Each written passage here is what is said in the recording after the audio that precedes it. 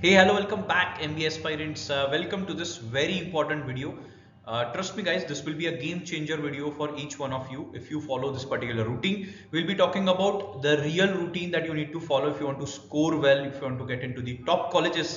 तो कोई भी लेवल पे आपका प्रिपरेशन होने दो, एक चीज जो है वो है आपका एक्यूरेसी कम आ रहा होगा, राइट? आपके अटेम्प्ट कम हो रहे होंगे, आपका मॉक्स का स्कोर उतना नहीं जा रहा होगा, राइट? कहीं पे स्टक हो गया होगा।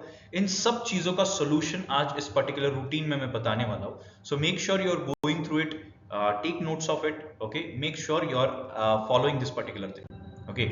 सो पहले रूटीन क्या होना चाहिए? First is mock. अगर आपका मॉक का मतलब पूरा सिलेबस कवर हुआ होगा तो, वरना एंड में बताऊंगा कि फिर अगर आपका बहुत सिलेबस कवर नहीं तो आपका रूटीन क्या अलग होना चाहिए। But the routine should be mock, analyse and improve, ठीक है?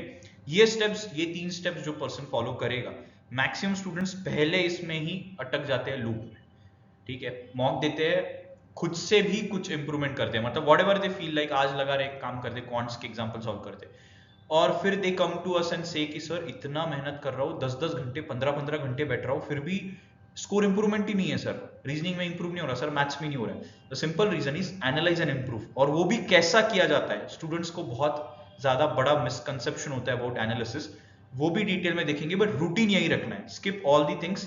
आपका वैलेंटाइंस भी पूरा हो चुका है, तो आई होप अभी आपका स्पेस खाली हुआ होगा, तो mock, analyse and improve, this is the only thing that you should have in your life, ठीक है? So low attempts, let's talk about low attempts कि लो अटेम्प्ट्स क्यों होते हैं, व्हाट आर द रीजंस। इनमें से आपके भी अगर अटेम्प्ट 130, 140, 150 मिनिमम नहीं हो रहे होंगे, तो देन इनमें से कोई एक रीजन 100% होने वाला है। पहले तो स्पीड, ठीक है? आपका स्पीड कम है इसके बाद। और स्पीड कब कम होता है? जब आपके पास टेक्निक्स नहीं होते। प्लीज अंडरस्टैंड, क्वेश्चन तो आप समझ पा रहे हो, आप सॉल्व भी कर लेते हो, यू विल बी लाइक मैं सॉल्व भी कर लेता हूँ, बट टाइम ज्यादा जा रहा है, तो स्पीड नहीं, क्योंकि आपके पास टेक्निक्स नहीं है, राइट? फिर second is of course practice. Practice भी नहीं है, सिर्फ सेशन कोई देख लेते हो, बस उसके ऊपर ही मॉक्स दे रहे हो, प्रैक्टिस जीरो, सारे टाइप्स प्रैक्टिस नहीं है, ठीक है? अगर आप मोर देन 200 डिफरेंट टाइप्स हर एक चैप्टर से प्रैक्टिस करते हो तो फॉर श्योर आपका स्कोर इंप्रूव होता है। Next is question selection. सबसे बड़ी गलती जो स्टूडेंट करता है, क्वेश्चन सिलेक्ट नहीं कर पाता है। जस्ट इमेजिन आपका अभी अटेम्प्ट हो रहा है 100 के अराउंड, 120, 130 कह रहा हूं, मतलब आप वैसे भी 170-80 क्वेश्चंस छोड़ने ही वाले हो। तो अगर जस्ट इमेजिन, अगर आप राइट क्वेश्चन सिलेक्शन करते हो, question selection is also an art guys, अगर आप ये सीख लेते हो ना, ऑटोमेटिकली आपका अभी स्कोर, कल भी आप अगर प्रॉपर क्वेश्चन सिलेक्शन करते हो ना, एक दिन में आपका स्कोर 20 से 30 मार्क्स से बढ़ सकता है आराम से, ठीक है? तो क्योंकि आपका क्वेश्चन सिलेक्शन अच्छा होगा तो टाइम कम लगेगा, टाइम कम लगेगा तो एक्स्ट्रा क्वेश्चन अटेम्प्ट कर पाओगे। This is a cycle guys, ठीक है? Next is ego. आप बोलोगे सर ये बीच में ये ईगो समझ में नहीं आया, किस चीज के बारे में बात कर रहे हो आप? Ego is sectional ego. तो we have seen every year we see this thing कि जो पर्टिकुलर सेक्शन आपका फेवरेट होता है, खास करके इंजीनियर्स के लिए मैंने नोटिस किया है, मैथ्स उनको लगता है ये मेरे लिए मैथ्स बना है, क्वांट्स मेरे लिए बना है, मैं तो पूरा 50 अटेम्प्ट करूंगा। बच्चा 60-70 मिनट्स देता है क्वांट्स को, उसका अटेम्प्ट होता है 30-40, स्कोर आता है 25 से 30, मतलब 60 मिनट्स में 30 स्कोर ना, 60 मिनट दे रहे हो तो कम से कम 50 स्कोर आना चाहिए, मतलब फुल स्कोर। तो प्लीज ईगो बाजू में रखो, sectional ego. Don't be like नहीं मेरा तो ये सही है ना तो मैं यही करूंगा। Please understand you need to shift the sections, क्योंकि आपका स्लॉट कैसे आने वाला है फाइनल एग्जाम में आपको नहीं पता। At the end what matters is number of attempts and accuracy. तो इसीलिए ईगो आज से बाजू में रखो। प्लीज ट्राई टू गिव, जब मॉक्स दे रहे हो तो आज रीजनिंग को ज्यादा टाइम देखो, कल थोड़ा इंग्लिश को ज्यादा दो, परसों क्वांट्स को दो, देखो किससे आपका स्कोर बढ़ रहा है।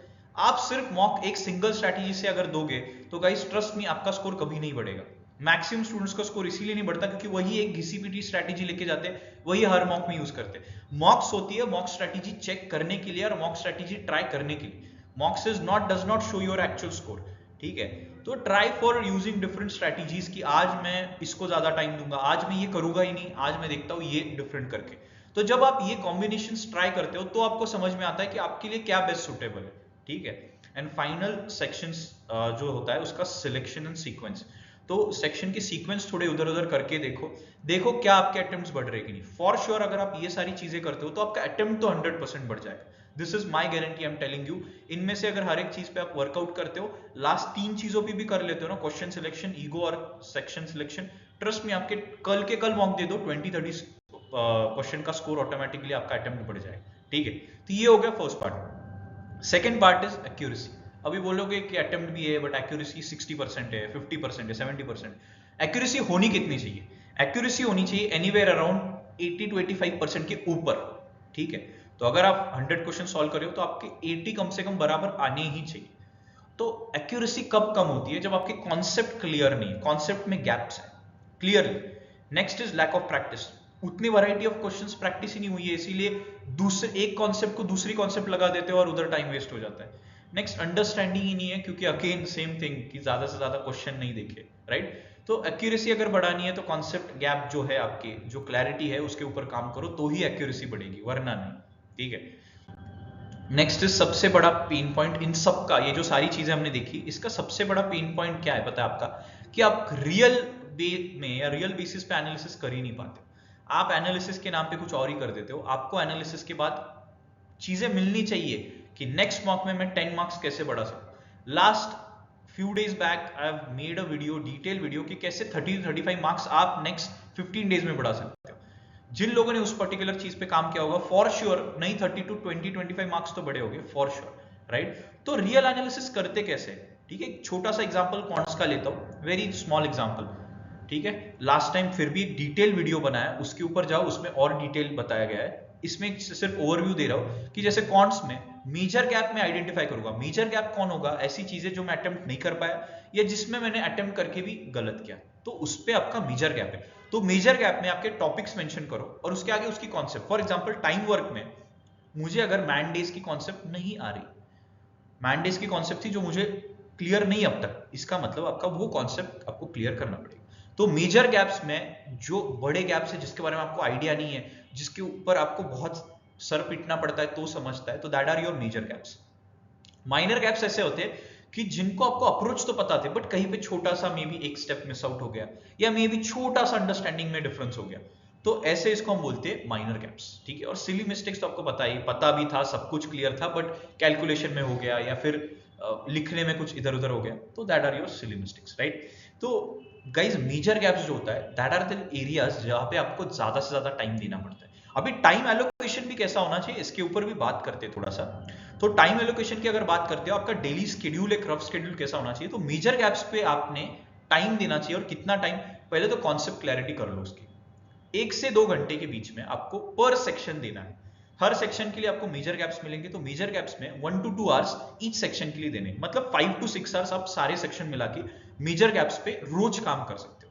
इसके बाद जो माइनर गैप्स होते हैं, मतलब कुछ छोटी सी कॉन्सेप्ट की क्लैरिटी नहीं हुई, उसके ऊपर थोड़े से एग्जांपल प्रैक्टिस करो। डोंट गेट इनटू कॉन्सेप्ट्स, आपकी कॉन्सेप्ट क्लैरिटी है, but what you need is more variety. तो इसीलिए 20 to 30 क्वेश्चंस पर सेक्शन माइनर गैप्स में, जो भी एरियाज आए हैं, जो भी एरियाज जो टेबल में आए, उसके ऊपर आप 20 to 30 क्वेश्चंस प्रैक्टिस करो। उसके बाद मॉक एनालिसिस, जिस दिन मॉक दे रहे हो उसी दिन एनालिसिस कर लो। 90 मिनट के आसपास टाइम लगता है। बहुत स्टूडेंट्स पूछते हैं, कुछ स्टूडेंट 15-20 मिनट में बोल देते sir done.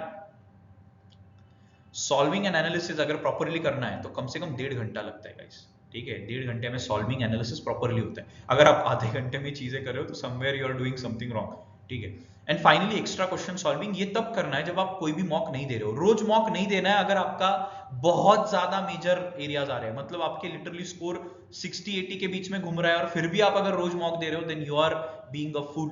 Don't give mock every day, फिर आपको बाकी चीजों के ऊपर काम करना है, ठीक है। मैं हर बार बोलता हूँ, and during my time also I followed this thing, जब तक नेक्स्ट मॉक में इंप्रूवमेंट नहीं होती ना, तब तक सेकंड मॉक देनी ही नहीं। ट्रस्ट मी, हर एक मॉक में कुछ ना कुछ इंप्रूवमेंट होनी ही चाहिए, तब असली मजा आएगा। वरना तो क्या है, मॉक्स देके स्कोर नहीं बढ़ता है, प्लीज अंडरस्टैंड, ठीक है। एक आध दिन मॉक की लेवल ऑफ डिफिकल्टी नीचे चली जाती है, मॉक का स्कोर बढ़ता है, आपको लगता है अरे बढ़ गया, नहीं होता ऐसा, ठीक है। तो एक्स्ट्रा सॉल्विंग करो, रोज मॉक मत दो, हफ्ते में 2-3 मॉक्स भी इनफ है, जिनका पूरा प्रॉपर सिलेबस कवर्ड नहीं है, जिनकी मेजर गैप्स बहुत ज्यादा है। जिनके थोड़े से ही है तो उनके लिए रोज मॉक इज ओके, ठीक है। जिस दिन मॉक नहीं दे रहे हो, एक्स्ट्रा सॉल्विंग करो, एक्स्ट्रा क्वेश्चंस प्रैक्टिस करो 2 to 3 आवर्स, ठीक है। तो ये आपका रूटीन होना चाहिए 8-10 घंटे, ठीक है। अपने प्रॉपर शेड्यूल बना लो आपका भी, ओके। देन मॉक्स के ऊपर आते हैं। अभी मॉक्स की बात चल रही थी, तो 3 से 4 मॉक अ वीक।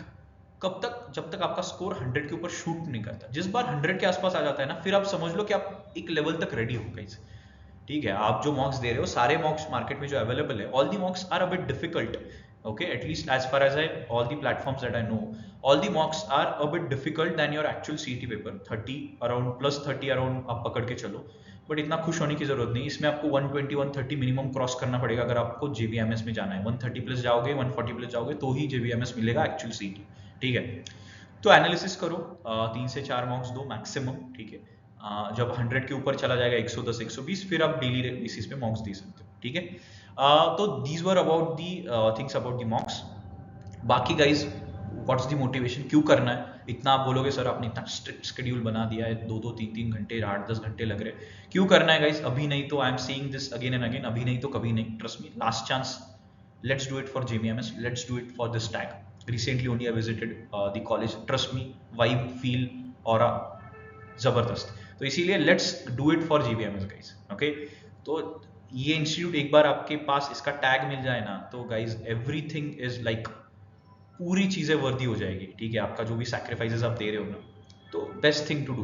तो इसीलिए stay motivated, let's do it for that. Score कम आ रहा है, डोंट गेट डिमोटिवेटेड, अभी भी हो सकता है, not at all impossible. Just make sure कि आप एक प्रॉपर ये जो रूटीन बताया वो प्रॉपरली फॉलो कर रहे हो, ऑटोमेटिकली हो जाएगा guys, don't worry. Okay, and बाकी अगर आपको मेंटरशिप की जरूरत है, if you want to get mentored through Toppernicus, 7 weeks booster batch join करनी है, आपको स्कोर बूस्ट करना है. ये सारे तो सिर्फ एक जनरल टेक्निक्स थी. स्पीड कम हो रहा है, एक्यूरेसी कम है, टेक्निक्स नहीं पता, तो अगर इन सब चीजों को आपको रिवाइज करना है, प्रॉपरली सारी चीजें करनी है, तो 7 वीक्स की बूस्टर बैच ज्वाइन कर सकते हो. For sure your score will boost then more than 100% what you are getting now. Okay, तो करनी है ज्वाइन तो रजिस्टर कर लो, दिए गए नंबर पे रजिस्ट्रेशन कर सकते हो या डिस्क्रिप्शन में दी गई लिंक पे रजिस्टर कर सकते हो.